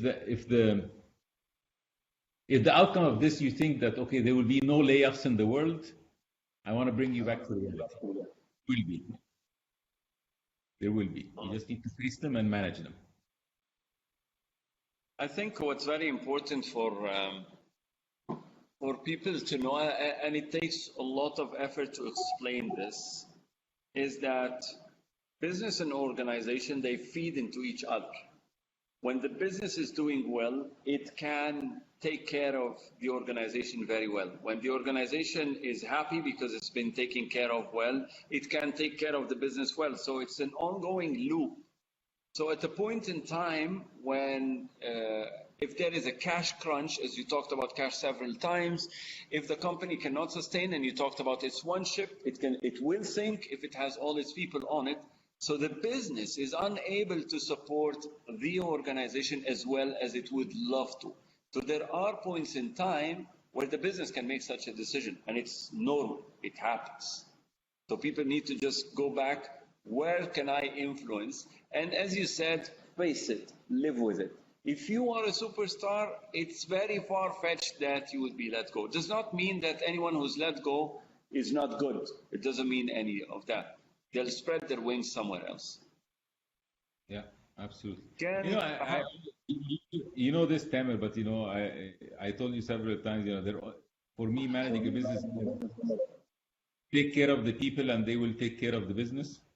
And the second is make decisions for the long term. Like, Yasser was saying at the beginning, you can see further beyond the crisis.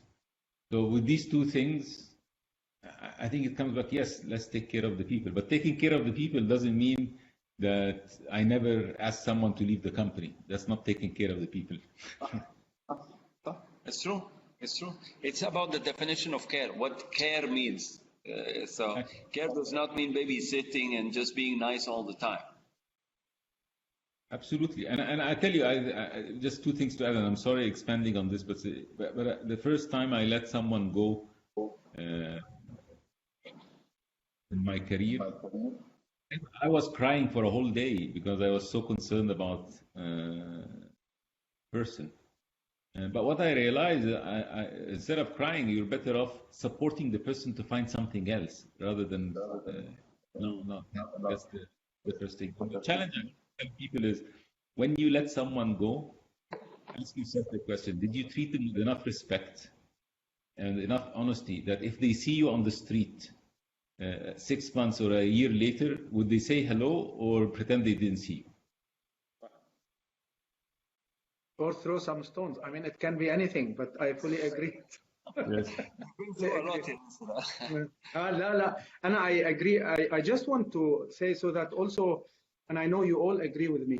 One, no one likes to do this job. No one likes to let go of people. Yeah. No one would want this. If it has to happen, it has to happen for the bigger good, as you said, Tam. The second thing is, it's impossible to be directly impacted and feel good about it. Then you're not normal. So it's normal to be affected. It's normal to be sad. It's normal to go through the stages we all go through. But what are you going to do? What are you going to give up? Are you going to throw yourself? What are you going to do? So you're going to have to survive. There is no, what are the choices? What are the choices? So we need to find a way. And these days, I think surviving the virus is the biggest achievement we can have. And the CEO of Alibaba was saying this year is the year where the biggest achievement you can do is to get out of this alive. And that's the biggest profit you can do this year. So in a way, we're facing big challenges. We're looking into the positives out of all this. We all agree it's horrible what's happening today. But even the worst case scenario that could be very emotionally draining, being kicked out, you're going to have to find a way to survive, to continue to support your family. So we're getting a lot of questions, and people will get exhausted, obviously, and I'll need to get home for iftar eventually. So let's try to get one question, 1 minute, and move on. Okay, so I hate formats and stuff, but let's try to move a bit faster. I'll read it live, okay, as it comes. When reacting to fear by looking ahead, being agile and seeking opportunities, we might suddenly see a lot of possible directions. What are the key principles our leaders on the panel personally use to assess the different options? Is your principle-based decision-making different in times of crisis? Tamer, to facilitate, I suggest you name. Otherwise, we will all talk. So just choose. No, you pick. Okay, let's do it this way. Mohamed, you have something for this? Of course. Yes. Yalla, go ahead. And Yeah. next is yours. Yeah, your principles at time of crisis or non-crisis are the same. And how to choose between the one, you need to choose, you need to look at the financials and so on and compare the ideas. But I want to emphasize something called gut. There is a business gut that is developed over time, and some people say, okay, but if I don't have the business gut, what do I see? What do I do? Go ask someone who has the business gut, right? Compare it to other ideas, and usually you can compare. Maybe the idea is somewhere else that you can compare, I mean, in another country or something, or is comparable to another idea that you can compare it. But my advice is always trust your gut. Very quickly, I know you probably heard it before. They asked a very wealthy guy, how did you become so wealthy? He said, words. What are they? Good decisions. Okay, how did you make good decisions? He said, one word, experience. He said, how did you get experience? That 2 words, bad decisions. So just get on with it, all right, and make it happen. Okay, yes, sir. As a leader, people tend to expect that you have the answer. How do you usually demonstrate your fear in front of people? Anna, can I still take question 1? No, I'm joking. I think you just wasted 20 seconds of your 1 minute. I said in the beginning, you're not expected to have all the answers. And in fact, there's something wrong. If I know everything, then you need to, I mean, I have qualified people who are managing their specific businesses, their specific functions. How do I manage fear? I am a believer. I just want to highlight this. I'm a believer that expressing emotions at work is perfectly normal, at least in my view. We used to talk about professional and, and in the personal. Professional world, personal. But there is absolutely no difference. For me, my job is very personal, extremely personal. So I have emotions. I go up and down. I smile. I am sad. I am angry. And I express it. Fear is not about to express fear. It's to state facts as they are. So in times of crisis, I state things as they are. I don't sugarcoat it. Yeah. I think what you just said is going back to we're humans. So people tend to think that the leader is some sort of another creature that knows all the answers or is supposed to. So you can say, I don't know, it's normal. Let me get back to you or get back to someone else or whatever. So it's okay. You can show your vulnerability at certain times. It's okay. This next question, I'll take myself, and I've had experience on this that worked for me. Who to seek feedback from as a startup leader? I say, in my day, there was no internet 25 years ago. There was no books. There were books, obviously, but it was not trendy and stuff like that. Yet, find a person or more that you would trust their judgment as a character, not necessarily in the same business, as a character, and ask them to be your mentor. Like I did with this gentleman 15 years ago, and I've never seen someone say, no, I will not mentor you. So people like to mentor others and seek expertise, but do not. So there's a very important thing here is that as a startup, hopefully you have a good idea, and hopefully you will execute that good idea better than anyone else. So I'm not saying here expertise as in technical expertise, because I say it clearly, disruption doesn't come from the experts. The experts usually are used to certain things done certain ways. So disruption comes from people, fresh minds. So you seek expertise in the character mainly, building the character, how you think towards your business, not the technical part and the operation part and stuff like that. Don't copy that part. Do you usually, as a leader, have fear of the process or the results? Mohamed. I don't fear neither, actually. I'm much more concerned about the results, right? I always tell people, if you deliver the results, as long as it's done ethically and legally, I'm good, right? So I'm much more concerned about the result than the process itself. Over time, for sure, we need to have the right process and so on, but results are much more important. The outcome is much more important in anything. Okay. Yes, sir. Do you think we fear in death and fear? Let me read it just to make sense of it. What do you think of this quote? Do you think we fear and death of fear is certain? What do you think of this quote? I don't know. Does any of you recognize any quote close to that? Probably there was some sort of autocorrect. Let's skip it. Humans are social animals. This is the most critical element in our life. We all know that living in isolation has negative health and mental consequences that are destructive to the being, society, and the economy. How do we protect this crucial element to protect our existence? That's a very existential question for you, Monsieur Yasser. That's yours. What we do is, again, as a company, is we offer support, like a hotline that you could call if you're facing challenges. But I just want to talk from personal experience. For me, when we started, we're not used to work from home, and we haven't seen anybody. I mean, it's been 2 months. For 2 months, we didn't see anybody, and the children not going to school. But I felt connected to people much more than before.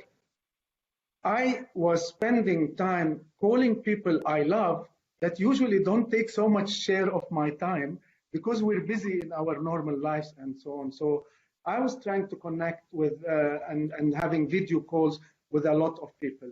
But it's very true that a long-term lockdown, we will not be able, and it's important that we open up. We see governments starting to open up all over now in many of the countries.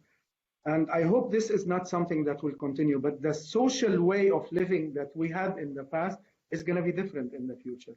And I am positive that we will evolve as mankind. We will evolve as we have evolved until today. And building on mankind, I would say mankind and womankind. Of course, of course. I'm sure some people are wondering why is it a panel of men. So I just want to clarify this, that the intent is to have as much diversity as possible. This is only round one.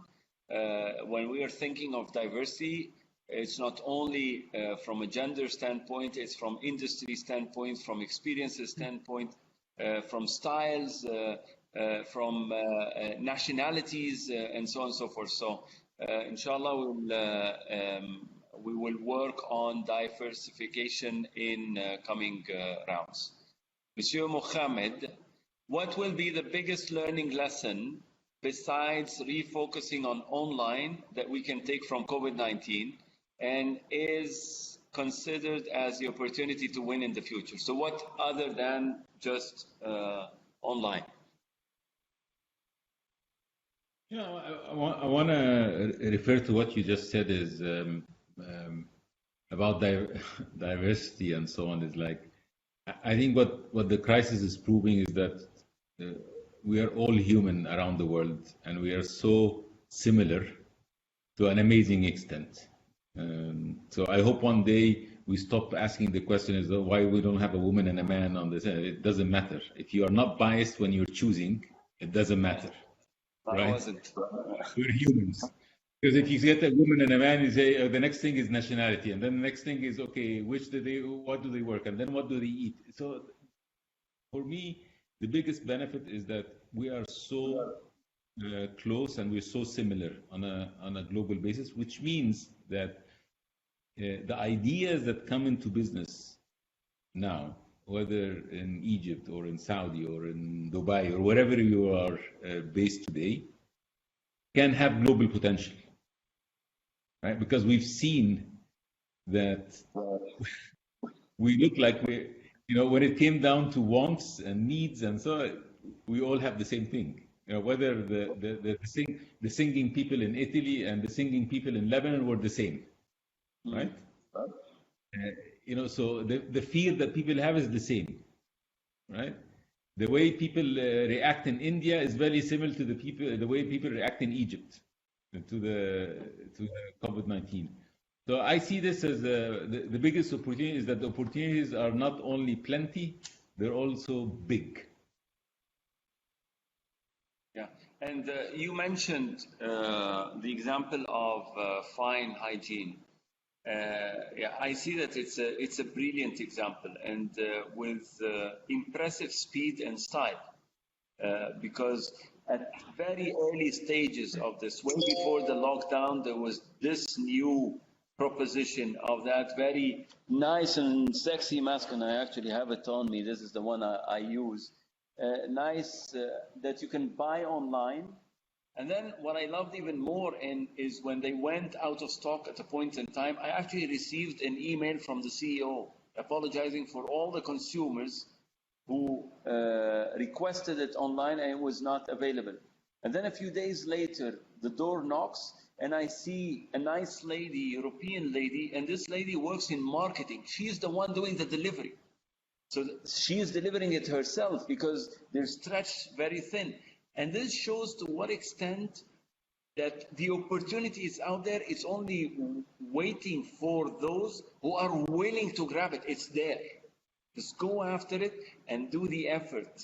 Everyone on board. Tamer, and concretely, I want to add at least my view on that. Besides digital and to build on what you guys said, health. And all of a sudden, health became the top priority.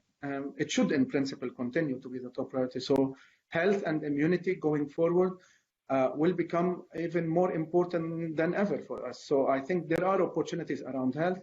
There are opportunities around digital. In the future, there are opportunities around maybe creating affordable solutions, because we know also the unfortunate post implication of what we're living today is going to probably be a recession in many countries in the world. And accordingly, so we will continue to learn what other opportunities we will have. The most important is just keep your head high, stay looking, stay searching, keep curiosity at its highest levels.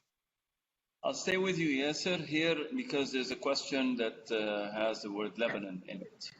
Today, this crisis differs between countries, especially pointing out to what is going on in Lebanon, where it is accompanied with a financial crisis. What is the best to do?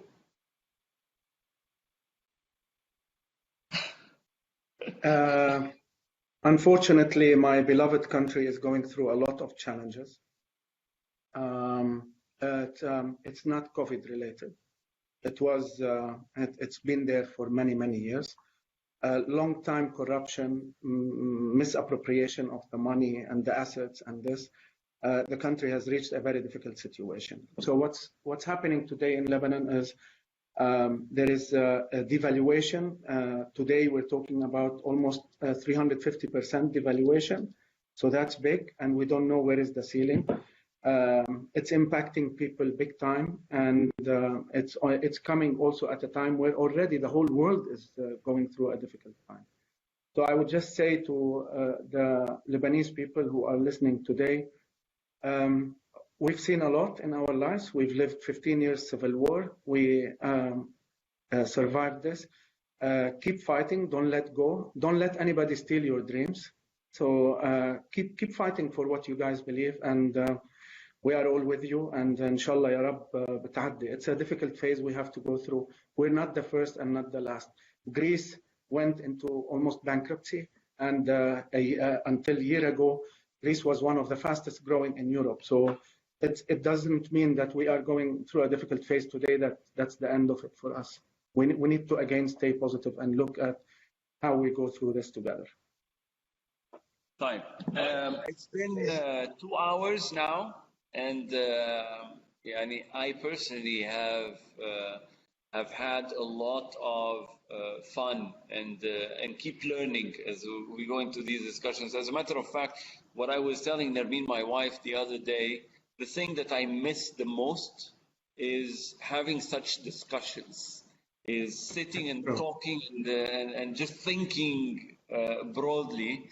And that was probably why the overall idea came to life, just for me to have fun and learn with you guys. So I think it makes sense for us to let people go by their day so they can go for iftar and do whatever they need to do around the world. Any final thoughts, Monsieur Mohammed? Yeah, I wanted to say something actually which is also related to what Yasser was saying. Listen, I think there will always be a crisis, and corruption is available everywhere in the world. The only way to, and for me, corruption is like a crisis also. The only way to overcome a crisis, and is the same way you can overcome corruption, which is to keep moving forward. All right? The minute you stop, the minute you let the crisis or the corruption take over, right? You need to keep on moving forward, and you need to keep on learning, right? So that you become stronger. Because as I mentioned earlier, I think the crisis will be over, but another one will come. But you know what? There's so many wonderful opportunities out there. It's just, it's going to be better and better.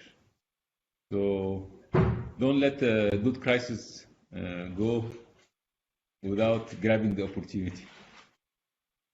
That's a lovely thing. Don't let a good crisis go. Yeah, they say it's no. Don't let a good crisis go wasted. That's the way they say it. But basically, there's an opportunity in every crisis. Yeah. Yes, sir. Any final thoughts? I just want to say that please stay safe, everybody, and take care of your loved ones. As countries start to open again, that doesn't mean the virus is gone. So please take care. Act responsibly. What you do will impact others, and we realize this, and what happens in one country can impact another. So act responsibly, not only for your sake, but for your family and for the society. Again, back into the whole subject of what we are talking about, the faster you accept what you are facing, the faster you would move into a solution. Find your own way. Don't follow anybody's way. Just find your own way to accept the problem when it happens, or the challenge when it happens, and immediately you would find yourself in a better position to handle it. And never compromise tomorrow. We're talking about crisis. In crisis, you switch to today and short term and pam, pam, pam. And never compromise tomorrow. Keep tomorrow in sight. Keep your head up high, and inshallah we meet again. And Tamer, thank you very much for a great idea and that we do today. So it was fantastic. Thank you, and thank you. That was actually my comment. As when I tell you final thoughts, I was expecting you to praise me and Tamer and wow and all the stuff. The black eye, we received a lot of messages like, "Who did that?" and "We're gonna do that." And but fantastic as always, Tamer. Fantastic, fantastic. By the way. But you did a great job, Tamer, but I didn't think you needed praise, because was there any other option? There's no other option. Yeah, there's no other option. Yeah, you're right. So I thank you both very, very much for taking the time today and sharing from your experience. I'm sure that we will have more of these. As you said, the world is changing, so such forums, I don't think they will ever go out of fashion. They're easy, they're very fruitful for a lot of people. They build tons of learnings from them. I second everything that you both have said in terms of this crisis. Yeah, it will eventually move, but we're not talking about COVID-19. We're talking about how the new norm becomes. What is the definition of the new norm? And the thing is, it's not a one-time thing. So today it's this, tomorrow it's something else, and the day after it's another thing. So people like to talk about change so many times, but then if we don't deal with change, if we don't make it part of the character, and that's why when I started today and I actually introduced my company, I said a 25-year-old startup. I love that. Because you didn't tell me you love it, man. You need to tell me that you love it. I love it. You said the 25-year young company. You didn't say old. Exactly. So And that's a very important thing. And I said the word young, by the way, the three of us, we still consider ourselves young, so that's part of it. No, this startup mentality is very important. Unfortunately, in many years, I've had people much younger than I am working with me, and they were like, "Why are we changing that much? Why are we doing this? Because if we don't do it, we go obsolete." So disruption is a fact of life. If you do not disrupt what you do and how you do it continuously as part of a process continuously, then you will be disrupted out sooner rather than later. Now, obviously, I would have loved to end on a high note, on a positive note, but to me, in my school, this is a positive note because that's the black eye that hopefully gets some sort of a blessed wake-up call to the right caliber of salamanders that would go and say, you know what, we will go and make things different. I will use this crisis. I will not let it go to waste. Zayma Muhammad. Thank you both, everyone. And sorry if we did not answer all the questions. We did our very best within the time. Merci, and see you again, inshallah, soon. Bye. Thank you very much. Bye. Bye. Thank you. Bye. Bye.